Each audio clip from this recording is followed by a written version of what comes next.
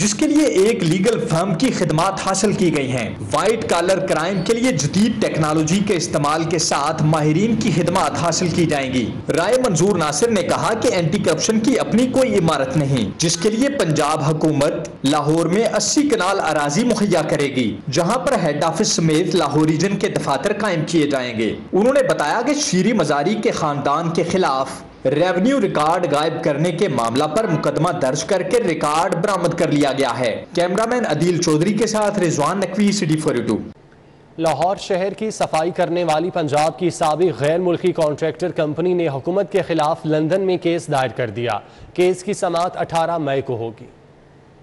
لاہور کی صفائی کے لیے 2018 سے قبل مسلم لیگ نون کی حکومت نے ترکی کی اوسپاک کمپنی کو ٹھیکہ دیا، جو پاکستان تحریک انصاف کے دور میں ختم ہوا، لیکن حکومت نے کمپنی کی مشینری ضبط کر لی، جس پر کمپنی نے لاہور کی صفائی کے لیے اب لندن کی عدالت سے رجوع کیا ہے۔ پنجاب حکومت کے خلاف لندن میں دائر درخواست 18 مئی کو سماعت کے لیے مقرر ہے۔ ذرائع کے مطابق وزیر اعظم آفس اور پنجاب بورڈ آف انویسٹمنٹ کی جانب سے کانٹریکٹر سے مذاکرات شروع کر دیے گئے ہیں۔ پی ٹی آئی کے دور حکومت میں لاہور کی صفائی کے کانٹریکٹر سے ٹھیکہ واپس لے کر مشینری ضبط کی گئی تھی۔ ذرائع کا کہنا ہے کہ حکومت پنجاب کی کوشش ہوگی کہ یہ کیس لندن کی عدالت سے واپس لیا جائے۔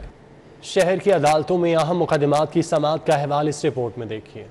لاہور ہائی کورٹ کے جسٹس صداقت علی خان کی سربراہی میں 5 رکنی لارجر بینچ سبطین خان سمیت دیگر اراکین اسمبلی کو انٹرا کورٹ اپیل پر 12 مئی کو 1 بجے سپہر سماعت کرے گا۔ لارجر بینچ میں جسٹس شاہد جمیل خان، جسٹس شہرام سرور چودھری، جسٹس محمد ساجد محمود سیٹھی اور جسٹس طارق سلیم شیخ شامل ہیں۔ جسٹس جواد حسن کے اسپیکر قومی اسمبلی کو حمزہ شہباز سے وزیر اعلیٰ پنجاب کا حلف لینے کا حکم دینے کے فیصلے کو پی ٹی آئی اراکین نے چیلنج کیا تھا۔ جسٹس ساجد محمود سیٹھی کی سربراہی میں 2 رکنی بینچ نے چیف جسٹس کو لارجر بینچ بنانے کی سفارش کی تھی۔ ماڈل ٹاؤن کچہری میں میجر حارث کو تشدد کا نشانہ بنانے والے ملزمان کے خلاف کیس پر سماعت۔ عدالت نے 4 ملزمان کے جوڈیشل ریمانڈ میں 23 مئی تک توسیع کر دی۔ آئندہ سماعت پر تفتیشی افسر سے چالان کے متعلق رپورٹ طلب کر لی۔ مسجد وزیر خان میں ڈانس کر کے تقدس پامال کرنے کا کیس، سیشن کورٹ نے اداکارہ صبا قمر اور بلال سعید کو بری کر دیا۔ عدالت نے فیصلے میں لکھا ہے کہ اس کیس میں توہین مذہب کا عنصر موجود نہیں۔ ایڈیشنل سیشن جج ملک مشتاق نے مجسٹریٹ کے احکامات کو کالعدم قرار دیتے ہوئے صبا قمر اور بلال سعید کو بری کیا۔ بلال یاسین پر قاتلانہ حملہ کیس میں انسداد دہشت گردی کی خصوصی عدالت نے ملزم کی بعد از گرفتاری درخواست ضمانت منظور کر لی۔ ملزم کو 1 لاکھ روپے مالیت کے ضمانتی مچل کے جمع کرانے کا حکم دیا گیا ہے۔ تھیٹر میں سٹیج اداکاراؤں کی نازیبا ویڈیوز بنانے کا کیس، مدعی نے اداکارہ خوشبو اور دیگر ملزمان کے حق میں بیان دے دیا۔ عدالت میں مدعی طارق محمود نے پیش ہو کر بتایا کہ یہ اس کے ملزمان نہیں ہیں۔ اداکارہ خوشبو کے وکیل نے موقف اختیار کیا کہ ملزمان بارے FIA ثبوت جمع نہیں کر سکی، جس پر عدالت نے ملزمان کی عبوری ضمانتوں میں 14 مئی تک توسیع کر دی۔ احتساب عدالت نمبر 5 کے جج ملک ساجد علی عوان نے Chiniot mines and mineral scandal case کی سماعت کی۔ سابق صوبائی وزیر سبطین خان اور دیگر ملزمان نے عدالت میں پیش ہو کر حاضری مکمل کرائی۔ سبطین خان نے نیب ریفرنس کی قانونی حیثیت کو چیلنج کر رکھا ہے۔ سبطین خان نے ترمیمی آرڈیننس کی روشنی میں پروسیکیوٹر جنرل کو ریفرنس ارسال کرنے کی استدعا کر رکھی ہے، جس میں موقف اختیار کیا گیا ہے کہ عدالت میں ریفرنس دائر کرنے سے متعلق پروسیکیوٹر جنرل کی رضامندی نہیں لی گئی۔ گھر میں پانی کی لیکیج کا کام ٹھیک نہ کرنے پر شہری دکاندار کے خلاف عدالت پہنچ گیا۔ صارف عدالت نے کرسٹل کیمیکل اچرا کے چیف ایگزیکٹو کو 28 مئی کو طلب کر لیا۔ ڈیفنس روڈ کے رہائشی عمر خالد نے عدالت میں 1,49,080 روپے کا ہرجانے کا دعویٰ دائر کیا ہے۔ شہری نے موقف اختیار کیا کہ اس نے کرسٹل کیمیکل اچرا کو گھر کی دیواروں اور چھتوں میں پانی کی لیکیج ٹھیک کرنے کا ٹھیکہ دیا تھا، تاہم ناقص کام کیا گیا۔ 1 لاکھ روپے لینے کے باوجود کام صحیح کر کے نہیں دیا گیا۔ عوام کے مسائل حل کرنے آئے ہیں، حل کر کے ہی دم لیں گے۔ وزیر اعلیٰ پنجاب کی ملاقات کے لیے آنے والے وفاقی وزیر احسن اقبال سے گفتگو۔ حمزہ شہباز شریف کا کہنا ہے کہ عمران نیازی کی صورت میں ملک پر فتنہ مسلط تھا، عوام اس کے جانے پر خوش ہے۔ وزیر اعلیٰ پنجاب حمزہ شہباز شریف سے وفاقی وزیر planning and development Ahsan Iqbal نے ملاقات کی۔ باہمی دلچسپی کے امور اور سیاسی صورتحال پر تبادلہ خیال کیا گیا۔ وفاقی وزیر احسن اقبال نے وزیر اعلیٰ حمزہ شہباز کو منصب سنبھالنے پر مبارکباد دی۔ MNA شائستہ پرویز ملک کا UC 229 کا دورہ، وائس چیئرمین اعظم گجر کی جانب سے منعقدہ عید ملن پارٹی میں شرکت کی۔ MNA شائستہ پرویز ملک نے UC 229 کا دورہ کیا، وائس چیئرمین اعظم گجر کی جانب سے منعقدہ عید ملن پارٹی میں شرکت کی۔ رانا خالد محمود قادری، محمد اعظم اٹو، چودھری جاوید احمد گجر، چودھری عامر گجر، لیاقت گجر، ڈاکٹر اعجاز، عرفان علی بھٹی، چودھری مقصود گجر، صدر کچا جیل روڈ خالد محمود میاں، شعیب آصف نے عید ملن تقریب میں شرکت کی۔ اس موقع پر تقریب سے خطاب کرتے ہوئے شائستہ پرویز ملک نے کہا کہ آپ نے مجھ پر جو اعتماد کیا اس پر بے حد مشکور ہوں۔ چیئرمین یونیک گروپ نے سال 2022-23 کے لیے ہم نصابی سرگرمیوں کا اعلان کر دیا۔ تمام سرگرمیاں 15 مئی سے شروع ہو کر 15 فروری تک جاری رہیں گی۔ Chairman Unique Group of Institution professor Abdul Mannan Khurram نے سال 2022-23 کے لیے ہم نصابی سرگرمیوں کے کیلنڈر کا باقاعدہ اعلان کر دیا اور تمام سرگرمیاں 15 مئی سے شروع ہو کر 15 فروری تک جاری رہیں گی۔ ان سرگرمیوں میں تقریری مقابلہ حسن قرات اور نعت، بیت بازی، مضمون نویسی، آرٹ اینڈ کرافٹ، ملی نغمے اور کوئز مقابلے قابل ذکر ہیں۔ Chairman Unique Group professor Abdul Mannan Khurram نے کہا کہ ہم نصابی سرگرمیوں کے انعقاد کا بنیادی مقصد طلباء کی تخلیقی اور فنی صلاحیتوں کو اجاگر کرنا ہے۔ اس موقع پر director Unique Group professor Waseem Anwar Chaudhry کا کہنا ہے تمام مقابلہ جات کے پہلے مرحلے میں کلاس لیول مقابلے ہوں گے، جبکہ دوسرے مرحلے میں کلاس لیول کے فاتح طلباء کیمپس لیول کے مقابلے میں شرکت کریں گے۔ تیسرے اور اختتامی مرحلے میں تمام کیمپسز کے فاتح طلباء میں مقابلہ ہوگا اور جیتنے والے طلباء کو شیلڈز، تعریفی اسناد اور کیش پرائز سے نوازا جائے گا۔ تقریب میں director Unique Group of Institution professor Amjad Ali Khan اور manager media communications admin and sports professor Riaz ul Haq کے علاوہ اساتذہ اور طلباء کی کثیر تعداد نے شرکت کی۔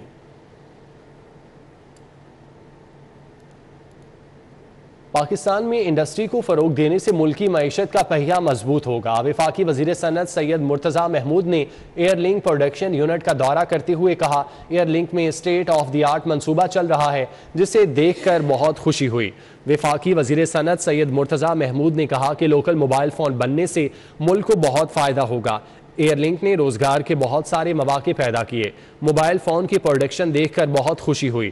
سرمایہ کاروں کے ساتھ بیٹھ کر بہتر پالیسی بنانے کو ترجیح دی جائے گی۔ سی ای او ایئر لنک مظفر پراچا کا کہنا تھا ایئر لنک کے پاس 22% موبائل فون انڈسٹری کے شیئرز ہیں۔ موبائل انڈسٹری میں پاکستان بہت پیچھے تھا، اب انٹرنیشنل مارکیٹ میں مقابلہ کر سکیں گے۔ پاکستان میں موبائل فون بننے سے امپورٹ بل کا بوجھ ختم کرنے میں مدد ملے گی۔ تقریب میں chairman Air Link Communication Aslam Hayat Paracha اور G M Xiaomi Pakistan Peter Cheng نے خصوصی شرکت کی۔